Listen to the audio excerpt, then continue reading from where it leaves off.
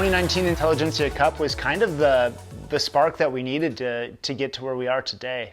We hadn't really got that marquee win. We knew we had the right guys to do it. Wearing it number 2 out there tonight. Let's welcome first to the front row, Brandon Feary. We were still pretty green as a team and trying to figure out, like, what does this look like? Who plays what role? How do we accomplish that end goal?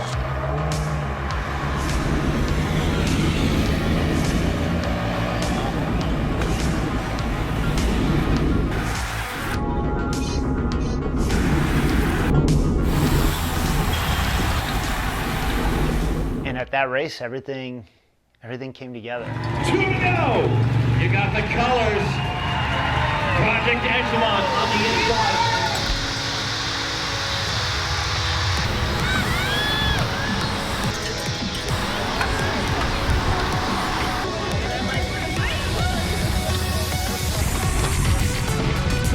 We got 1 lap to go! 1 to go! Project Echelon on the front with 1 lap to go!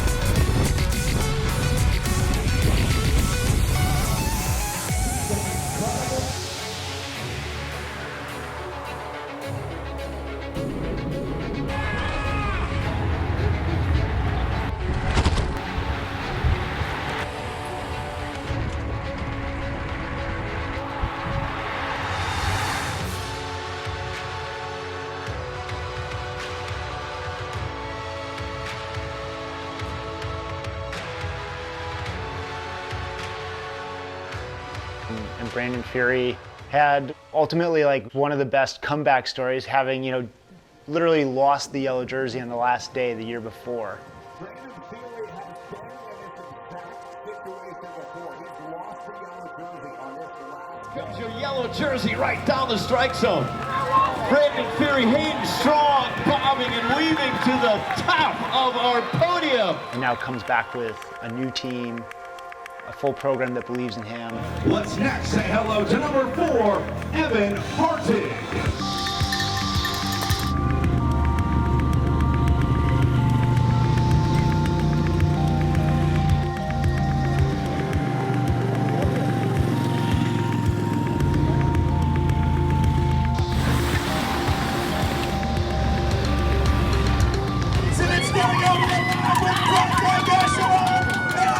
Project Echelon on that one. The Arnapole.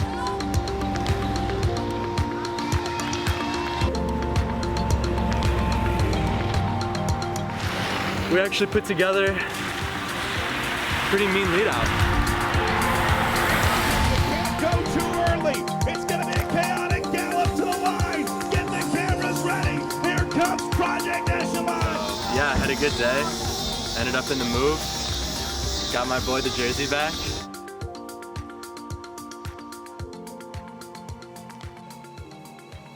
Yeah, carried that yellow jersey all the way to the end.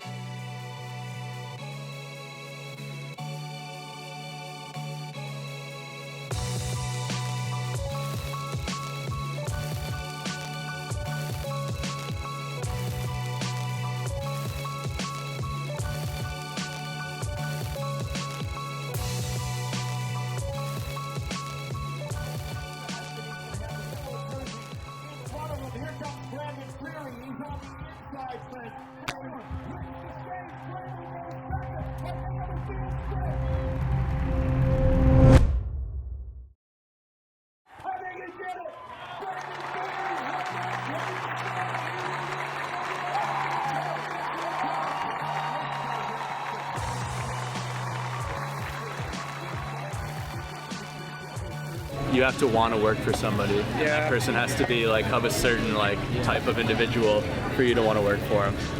Here's the funny thing is that Monk has been like the most selfless dude on the team. He gave his bike far at Winston-Salem, which is a UCI one-day race. Monk gave his bike to our teammate Matt Zimmer, so that Zimmer could finish because he's one of our best guys, like on road and stage racing. He just like pulled over and was like, take my bike.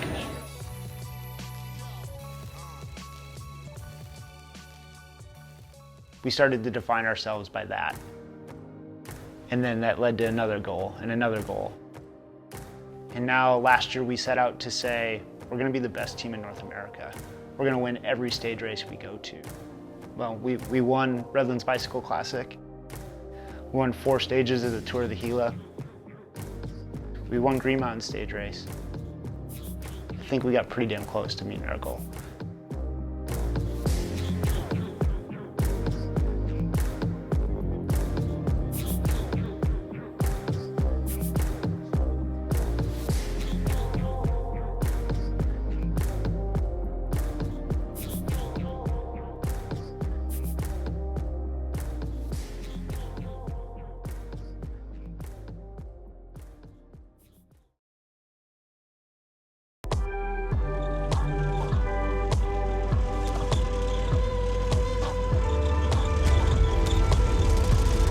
Here comes your sprint up the right side.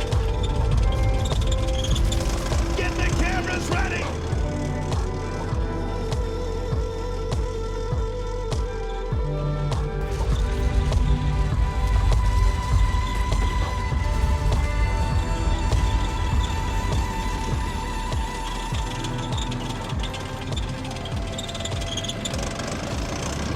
Here comes Project Echelon.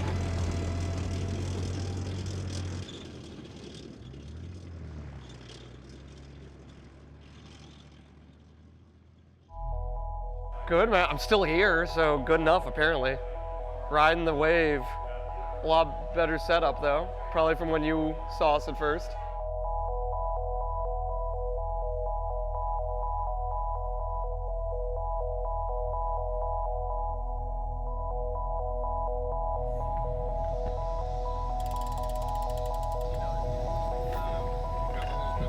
Now we're here, you know, like bigger and better than ever.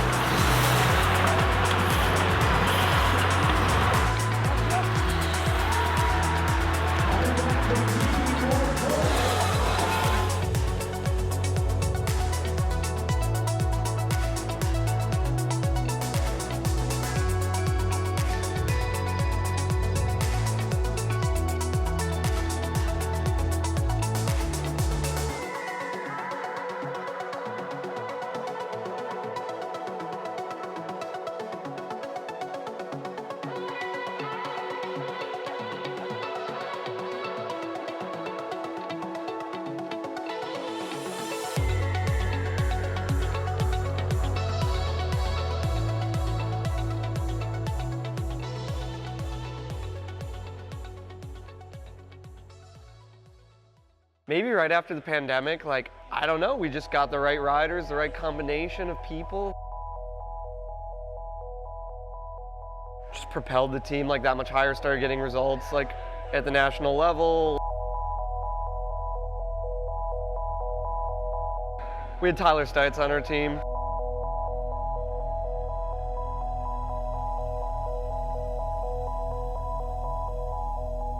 Which certainly helped get some big victories, but I think everyone kind of raised their level.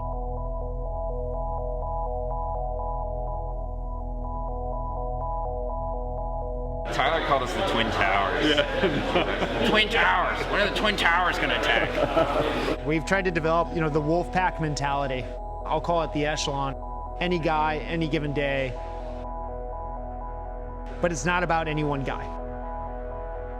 Like, these guys are learning how to race with each other. and nobody's selfish. Everyone's willing to fall on the sword for the other person.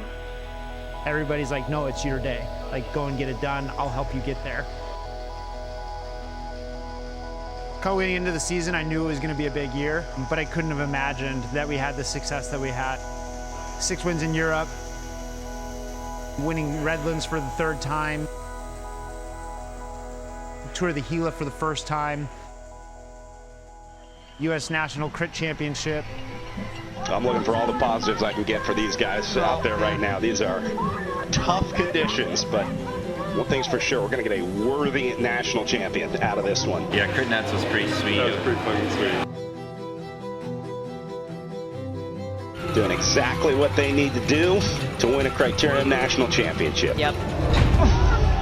That's going to take 2 of the Project Echelon riders down. But what that did was create a huge gap. Making the best of a team crash for Project Echelon. They are now going to try and send 2 riders away up the road here. And then we're just off the front together. And now these guys are going to try and solo this. I think I got us to one lap to go, and Steven started coming through, and he basically just almost rode me straight out of the wheel, and I was like, wait for me. Bassett, first around, he's going to drop off Brendan Rim. It's fun. Brendan let me win. Rim and Bassett, they'll cross the line together as Project Echelon will go 1 and 2 tonight after the crash on the final lap. They make the best of it.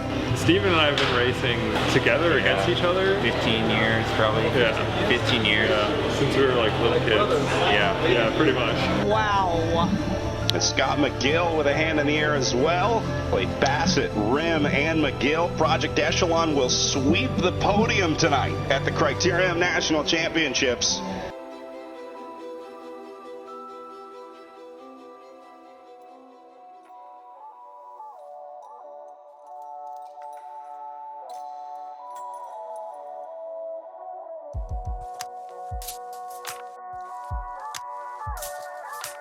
I'm just so excited for this team, this organization, and what we were able to accomplish.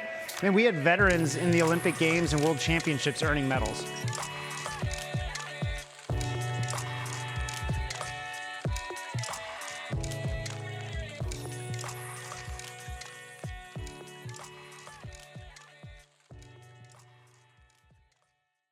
Meanwhile, last November, CBS News exposed a hidden epidemic of suicide among military veterans. They risk everything for our safety and our freedom, but the battle doesn't always end when our soldiers come home. And for some, the demons of war continue to haunt them until they take their own life. 22 veterans a day on average commit suicide is an accepted number. It's something that's widely talked about, and it's something that we're setting out to change. No one organization is going to do that. We partner with several other nonprofit organizations across the country. And then I have a special guest, Christian Thornton, Navy veteran, president of the Wisconsin Veteran Chamber of Commerce, somebody that I'm working closely with to just continue to grow awareness of veteran organizations in southeastern Wisconsin. Because we believe that together we can make the biggest impact. Transition out of the service can look very different for people.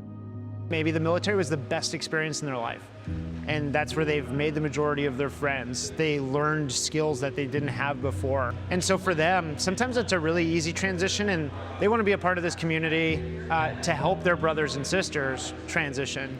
And for others, it's really difficult, and maybe they've seen some things and experienced some things. For the rest of their life, they're gonna struggle. That just doesn't go away. But they know that they have an organization to lean on, and they have people who maybe have similar experiences to empathize with. And our guys on this team, they own that. You know, we have like a mission that's much larger than just the bike. You don't have a good day on the bike, like that's okay because you have this like kind of other part of the team that is important as well.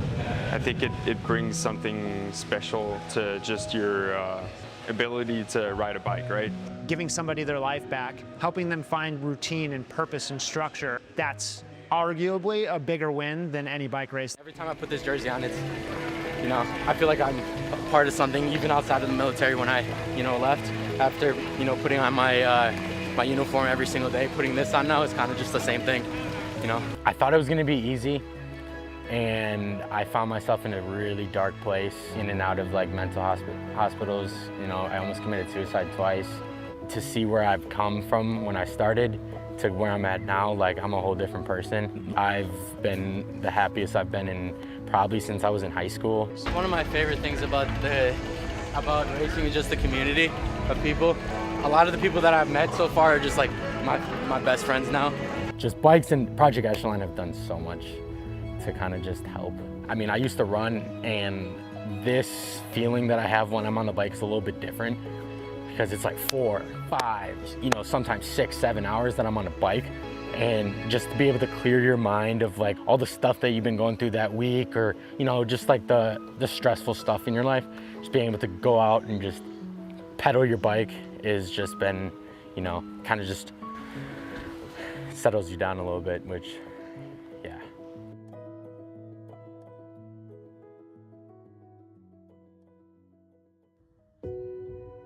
Winning and losing races, it's not the most important thing we do, but it's important. We've always said that like one can't really exist without the other. They really play into each other. At the end of the day, a win means a new sponsor, and a new sponsor means more support for the veteran men and women that we work with. Our sponsors are amazing, right? They open their doors to make the sport more accessible, to remove barriers that exist. Yeah, winning has a new meaning, right? A check is great, but knowing that it's going to create a new opportunity for both the program and a couple hundred other people is incredible. I had a dad at our team camp started hugging me and said, "You're the only reason my son's here today." My sister, my brother-in-law are both active duty.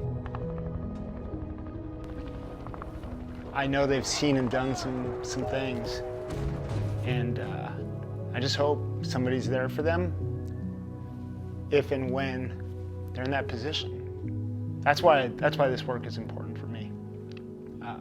Our veterans, our active service members, they do too much and don't get enough. And yeah, this is the least we can do for them.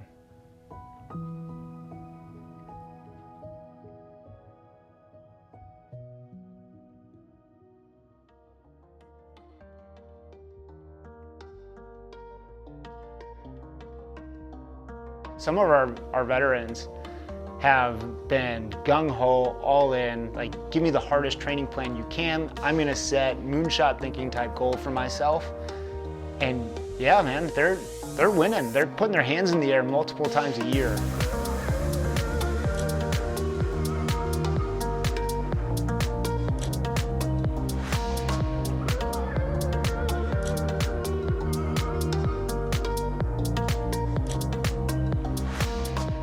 To give them that feeling and that sense of belonging and accomplishment, yeah, it's priceless. We have everything from folks wanting to be able to run their first 5K without having to walk, all the way to being competitive and having goals of being a world champion or an Olympic champion. The way we serve them is different as well. Sometimes they need a pick-me-up conversation. They're in a dark place, they're struggling, they may be lonely. And so we're here for them for that. And it could be a very high performance piece where we're talking about training and nutrition and altitude and heat adaptation and some really high level things.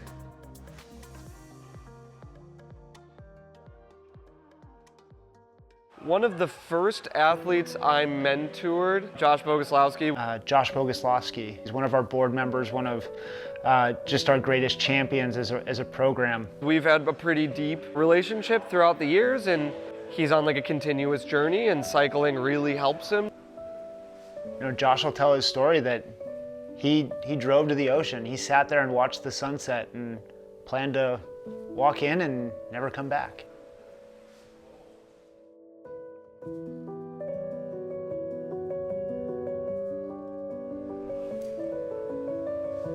He decided to drive home.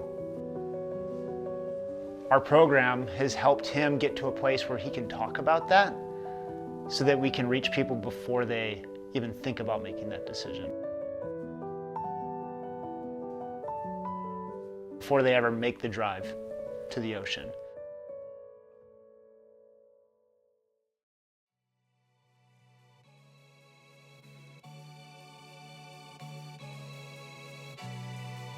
One of the most incredible experiences we were able to offer this year, I think, was we brought two veterans, Tuan Bui out of California and Mark Helfenstein out of Florida. We brought them to Europe with us and essentially give them the pro experience, put them in the car, put them in feed zones, like they're part of pre-race and post-race meetings and debriefs. Go and pre-ride the course with us. That's life-changing, right? They'll never forget that, I promise you.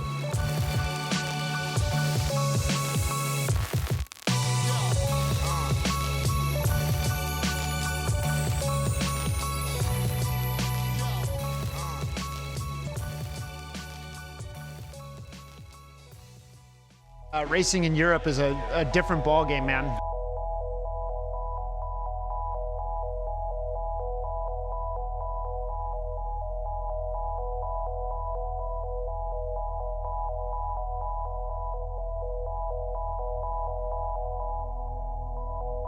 This past year was our 4th year, and each year you just learn a little bit more. The racing dynamic is very different. A lot of it is just trying to see how you can fit in to that dynamic and expedite the process of learning how to race in a European peloton, which is totally different. It's faster, roads are narrower, it's more aggressive. Stronger riders, riders that have been racing on those roads forever, riders that have been racing against each other. You know, maybe we race against teams that we see the guys on TV, but we've never raced against them. It looks like Tyler Stites still has got the power there. Tyler Stites, the American of Project Echelon, is he going to bring home the win for the American team? It's still a little bit towards the finish line. He might have sprinted a little bit too early. He did, and now it's horsepower, Danish Dynamite, and it looks like 3 out of 3 there for Mess Peterson. All right. Wow, good job. Great job to everybody. Obviously Tyler for an amazing performance, but there was a lot of amazing performances today. And it's learning everything from travel in and out of Paris or Brussels.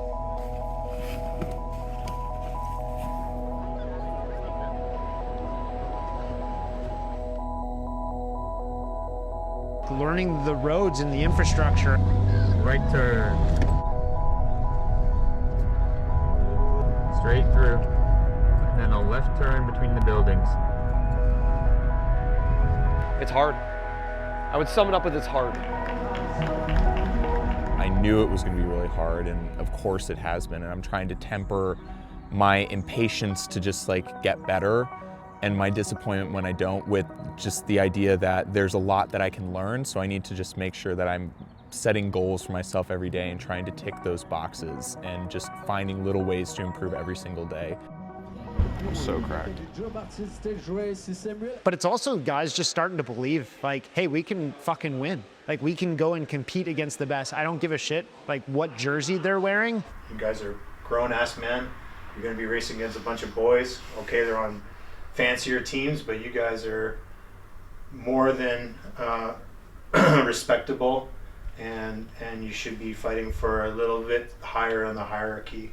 And so I'll be challenging you guys to do that. Sharpen your elbows, learn some curse words or whatever, and stick up for yourselves a little bit more. Hugo Scala got our first .pro win in Portugal.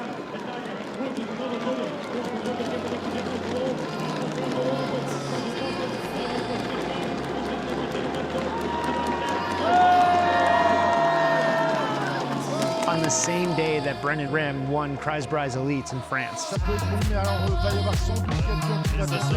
Voilà, de mettre le feu, de poudre, parce que c'est une unanimité, ce groupe de 6 qui reste sans réaction. Personne ne veut prendre la responsabilité de prendre la route 200 mètres de la ligne. Il va aller cueillir une victoire en solitaire après avoir surpris tout le monde. J'ai l'impression qu'on a une victoire de prestige. Vraiment en ayant placé le For us to win on the same day, dual rostered, two different parts of the continent is just, yeah, that's a dream. And I know that we're going to double down on that experience this year. And we got 5-6 wins last year. Let's go and get 10-12.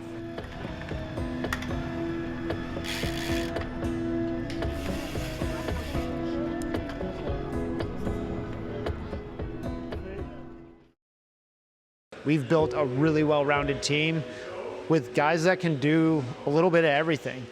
They all deserve to go to the biggest races.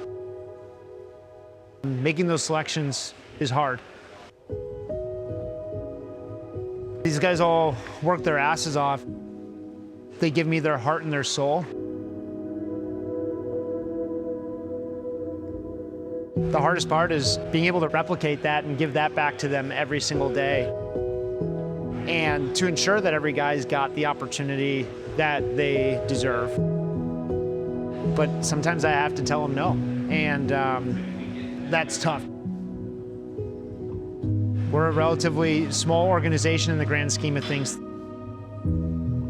These guys aren't making a life's earning as a part of this team. They're making a lot of sacrifice to be here and to make this a reality. And I fully recognize that, and I appreciate that about them.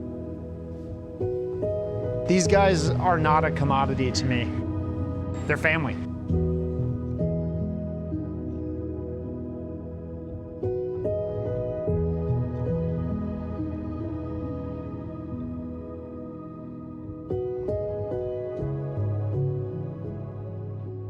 No, I can't believe he hasn't fired me yet. Eric raises his game just like we do. He's literally the hardest working person, I think, in all of cycling. He doesn't get enough for how much he puts in.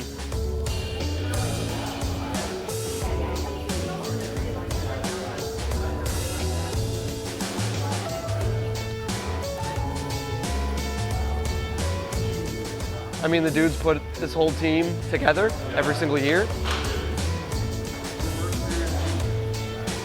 He raised the bar just a little bit.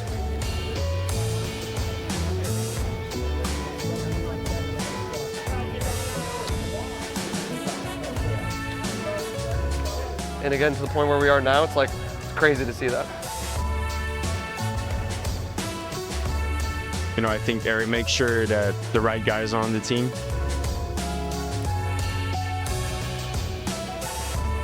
That makes a good chemistry and a healthy culture.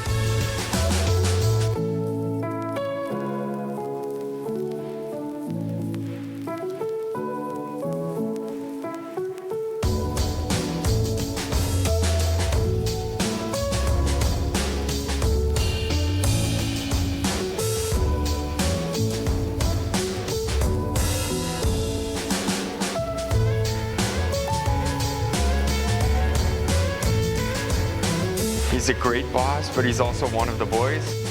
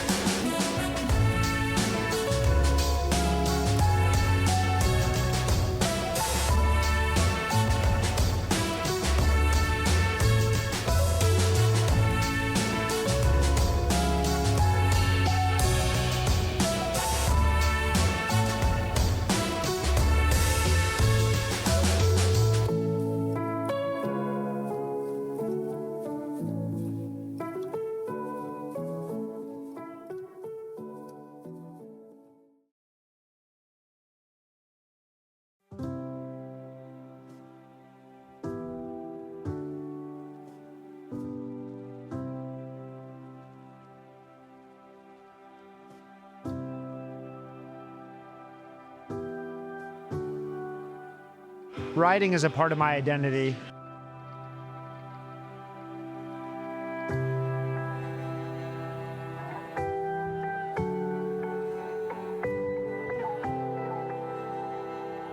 It is my cathartic release.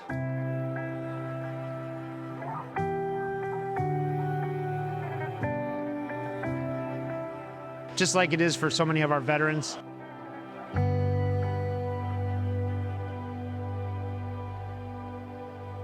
And it's what keeps me level set to be a good father, a good husband, to be able to manage the stress of the team.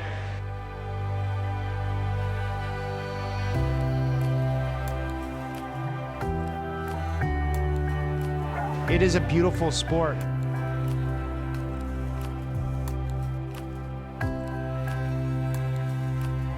I've experienced so much because of it, because of the bike. To be able to tell my story through it is something I'll never let go of. I grew up being a hockey player. At 14, I decided to go the cycling way. Right now, for me, it means everything. Being on Project Echelon and allowing me to ride at the highest level and be able to go home, go to school, and see my girlfriend, see my family, and then go back in Europe and race.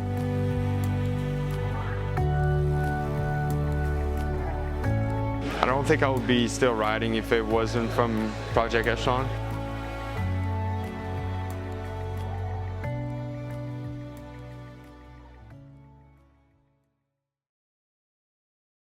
People have often asked, like, what's the goal with Project Echelon? Is it to be a 10,000 person organization? And the answer is no. We love our size. We're mobile. I know most of the people within our organization by name. I know their stories. I know their families. How many of you have dreams of playing in college?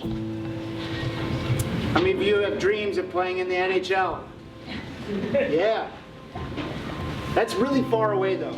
That's years away, right? There's a lot of steps along the way to getting to your big dream at the end. What are you guys working on today? What were some things you worked on this morning? Give it to me. It's a real community.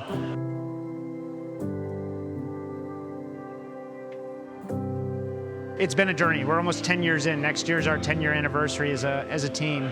Our goal looking forward now, after being the top-ranked team in the country for several years, is we want to be the best continental team in the world by 2028. By the LA Olympics, I want to have Project Echelon athletes from this team in the LA Olympics on the road and on the velodrome. Having a dream, having a vision like that just automatically draws new talent. Coming from sometimes bigger programs to come and be a part of this story.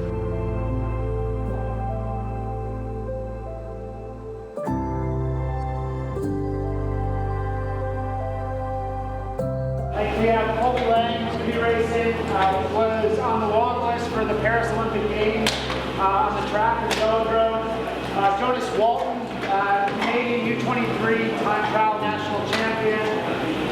Laurent Gervais, he's the Quebec regional or provincial champion. Gabe Bickmore, Green Jersey, Tour de Gila, maybe some other stuff. That's the biggest one for sure. Snake Alley, yeah. And then we got Ethan Crane from New Zealand, lives in Canada.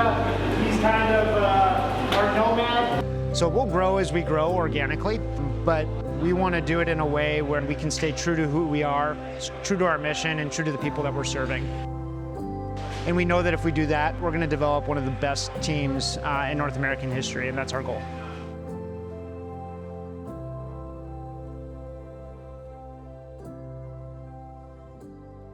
Next season, it might be my last season racing.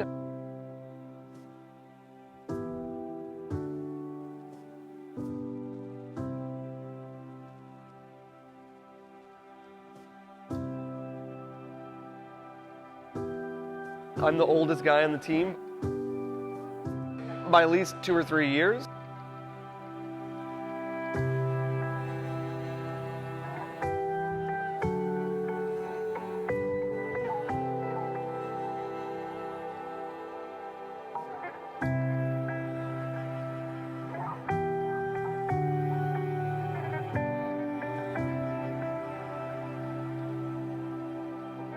I'm reaching that last stage.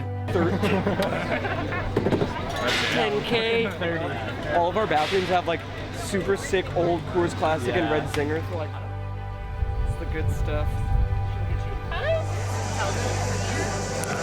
And it was just a big, just a big swarm came, and so it got a little chaotic, and I brought Monk into that last turn just a little too late, and Evan kind of got detached in front of us. So I mean, we got the leader's jersey, so you know, mission accomplished in that sense. So now we just we got to hold it. Well, look, I never like to see bike riders with casts, but this one I think you're going to like because it's got $750 inside. All the people that donated money signed the cast. We're going to put the Project Echelon team up on stage. We're going to get a photo together as these guys collect their winnings, and we know it's going to go to a good cause with Project Echelon as they work to help veterans coming back from the battlefield. Ricky Arnold and Project Echelon sent to our crowd frame. There you go.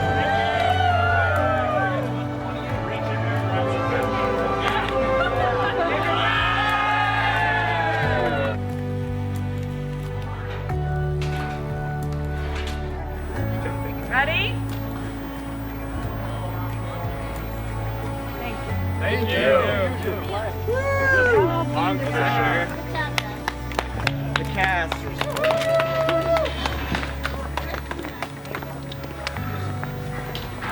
Only slightly blonde. Yeah, we are.